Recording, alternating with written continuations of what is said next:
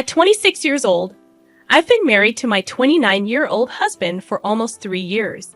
Throughout this time, it's been apparent that my in-laws, including my husband's two 23-year-old twin sisters and his 21-year-old brother, haven't warmed up to me.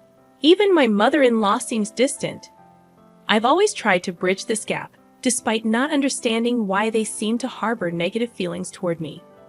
Recently, I took it upon myself to plan my mother-in-law's 50th birthday party. Despite my husband's warning that his family might not appreciate my efforts, I was determined to mend the relationship. I'm someone who values connections, and the idea that these people didn't like me for no clear reason troubled me deeply. I meticulously organized the celebration at my mother-in-law's favorite restaurant, where she and her late husband frequented. I handled all the arrangements, from the food to the decorations, ensuring everything aligned with her preferences. Despite trying to involve my husband's siblings, they showed no interest and left the entire planning on my shoulders, even refusing to contribute financially. When the day arrived, my husband and I visited his mother to extend the invitation. To my surprise, his siblings were already there, appearing startled by our presence. After some small talk, I disclosed the plans for her celebration. When my husband acknowledged that it was my effort, not his, she suddenly became cold, souring the atmosphere. Confused, I detailed how I had meticulously arranged the event, hoping she would appreciate my gesture. Instead, she delivered a falsely sweet thank you before informing me that I wouldn't be attending. Shocked, I asked her why. When I asked why, she explained that she wanted her 50th to be an intimate family affair, extending that designation only to relatives, not me. She essentially asked me to keep away. My husband and I were stunned, and in that moment, I realized he had been right all along. She was never going to appreciate any effort I put forth. The smirk on my in-laws' faces infuriated me further. I couldn't contain my frustration. I stood up and bluntly told her to go to hell, warning her that if she showed up the next day, I'd have security remove her. That wiped the smugness off their faces. She accused me of being cold and cruel, but I just laughed in response. I was fed up and made it clear that my decision was final. Her attempts to make me feel guilty by crying fell on deaf ears. I was too enraged to care. On the drive home, I tried to cancel the reservation, but it was too late. My husband seemed uncomfortable, choosing not to comment much except for saying I did the right thing before stepping out for a smoke. He's never been one to delve into family conflicts, and I appreciated him not making me feel worse about ignoring his advice. Since I'd already paid for everything, I canceled the last-minute invites, irking some of my mother-in-law's friends. Instead, I called upon my own friends to salvage the situation and make the evening enjoyable. My husband and I invited some of his friends too, deciding to turn the occasion into our own celebration. We hastily removed the decorations before they arrived and ended up having an absolute blast. I uploaded all the pictures when I returned home today. My sister-in-law texted me, upset that I repurposed the venue for my own use after canceling my mother-in-law's birthday party. She accused me of selfishness, highlighting how much the place meant to my mother-in-law. I don't feel overwhelmingly remorseful about my actions, believing my decision was justified, but I'm unsure if I made the right call. Am I the antagonist for canceling the party after being told I wasn't welcome there? Update. I shared the message from my sister-in-law with my husband and asked if I should apologize to his family. Surprisingly, he staunchly advised against it. In fact, he suggested cutting ties entirely, a significant step considering his family often relied on him, especially financially. He's successful and runs his own company, so withdrawing support meant his mother would have to rely on his less dependable siblings, who frequently changed jobs and leaned on him for money. I tried dissuading him from this drastic action, sensing there might be more behind his decision. Over time, I noticed his family growing distant from him, even during our dating phase. Despite his efforts to invite them over for dinner, they always found excuses to avoid it. I felt partly responsible, fueling my eagerness to build a connection with my in-laws, hoping it would help my husband reconnect with his family. There seems to be something deeper my husband hasn't shared. He's not the type to abandon family, Earlier, he emphasized the importance of family, making this sudden decision, while understandable given my recent treatment by my mother-in-law, highly uncharacteristic for him. I'm determined to understand the situation fully. I don't want him to be unhappy or resentful toward me in the future. I'm really hoping that he'll finally feel comfortable enough to open up and share what led him to take such a drastic step.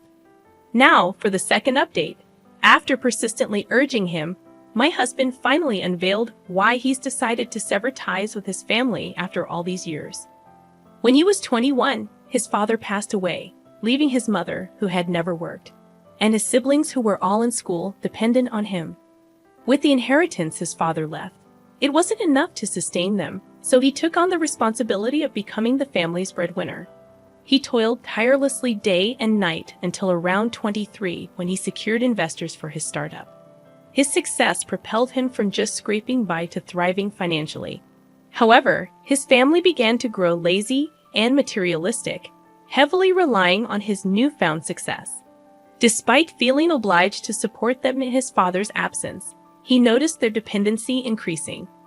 Additionally, they treated his past girlfriends poorly, convinced that outsiders would distract him from his familial duties. When they realized I wasn't going to be driven away so easily, their annoyance grew, and they attempted to poison my husband against me. This led to clandestine fights and arguments during our dating period, where his family pushed him to end our relationship. But he remained resolute about marrying me. As time passed, they resorted to emotional manipulation. Even after years of trying to separate us, they continued to ask him for money. When the birthday incident occurred, his sister attempted to guilt-trip me, while his mother called him to emotionally manipulate him into leaving me due to the perceived insult. Learning about this, my husband reached his breaking point. He realized it was time to let go. I'm still in disbelief at how his family put him through all this, despite him being the sole support for years. My respect for them has evaporated due to their sheer greed. I'm grateful I stood by my husband despite their efforts to break us apart and exploit him for money. I couldn't care less about his financial status. My love for him stems from who he is, not his bank balance. Knowing the entire story now, I'm astounded he endured this and kept it hidden from me for so long, trying to shield my feelings. I had hoped for a positive connection with my in-laws, but he understood it was an unrealistic expectation. I believe he's making the right call now. His family deserves to be cut off for their incredible selfishness, greed, and lack of respect for the man who supported them against all odds. In today's update, my husband finally made the call to his mother, informing her that unless they change their ways, he doesn't want to hear from her or his siblings. They'll need to find their own means of income as he won't support them indefinitely, as I had anticipated. Predictably, their reaction was explosive. Even without the phone on loudspeaker, I could hear my mother-in-law screaming at my husband. Their argument echoed through the room, as I was present while my husband conversed. Predictably, my mother-in-law attempted to shift blame onto me, accusing me of influencing his decision to sever ties and disrupt their family. She even asserted that my husband shouldn't allow himself to be swayed by his wife, which struck me as ironic coming from her. My husband defended me vehemently, emphasizing that his siblings, as adults, need to secure stable employment instead of relying on him. She resorted to accusing him of letting wealth and influence get to his head, insinuating that I might be the one manipulating him into cutting ties. It was a classic tactic: manipulation and emotional blackmail to maintain control over him. However, I refused to let this manipulation continue. Seeing my husband growing visibly distressed and teary-eyed due to their tactics was difficult. As things intensified, I realized the depth of what she and her other children had been doing. I couldn't stand seeing my husband so distraught. I chose to step in and address the situation. I firmly informed my mother-in-law that my husband had made his decision. If she and her children didn't align with our expectations soon, they risked losing his support indefinitely.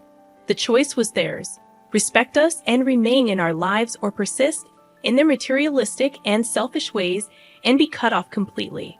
After asserting this, I hung up, muted notifications on my husband's phone to grant him a break from their messages, and allowed him time to calm down. We put our phones aside to watch a movie and distract ourselves. In the next update, after enduring harassment, my mother-in-law turned her attention to me. Following the movie, my husband resumed some pending work, and as I checked my phone, I found numerous missed calls and offensive texts from my in-laws. I anticipated this behavior and documented their messages without engaging. While handling work emails, my mother-in-law called again.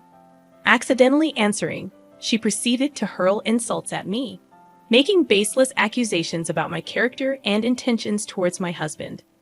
I chose not to react and simply stated that her accusations reflected her own actions. I expressed satisfaction that my husband was finally liberating himself from freeloaders like them. Subsequently, I blocked my mother-in-law and his siblings on all possible platforms to halt their harassment. It's disheartening how low some people stoop to evade responsibility. I refrained from telling my husband about his mother's call to avoid causing him further stress, but I'm prepared to involve him if their harassment continues. They have no right to disturb our peace. Nearly 2 weeks later, my mother-in-law, accompanied by her children, arrived at our doorstep demanding an explanation for our actions. Despite protests that I wasn't family and shouldn't be present, I stood my ground, reminding them they were intruding under our roof and had no authority to dictate my presence. I was caught in a difficult situation when my husband's family showed up, bombarding him with accusations and insults. Seeing my husband's distress, I stepped in. Knowing his gentle nature, I knew he wouldn't defend himself against their manipulative claims. I urged him to compose himself while I confronted his family. They launched into a tirade, accusing my husband of abandoning them for my sake and claiming he was neglecting his familial duties just to please his wife. Their words were a storm of accusation and disrespect. I couldn't stand by as they berated my husband, accusing me of being a gold digger and him of being selfish. My patience snapped.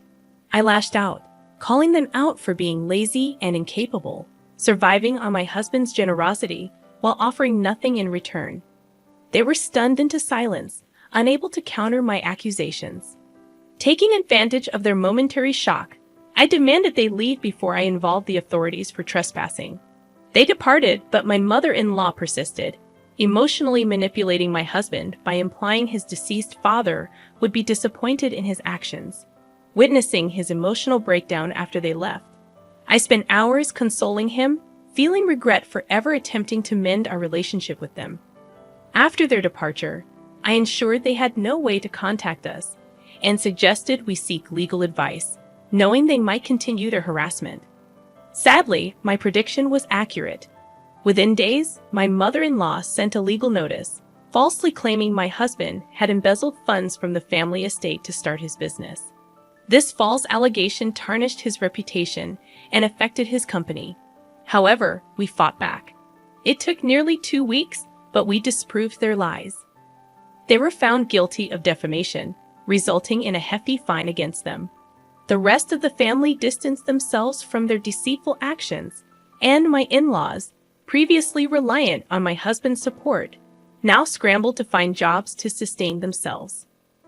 This episode, while challenging, allowed us to break free from their toxic grip. My husband and I are happier without their influence, and I'm determined to keep it that way. We're moving forward, leaving their drama behind.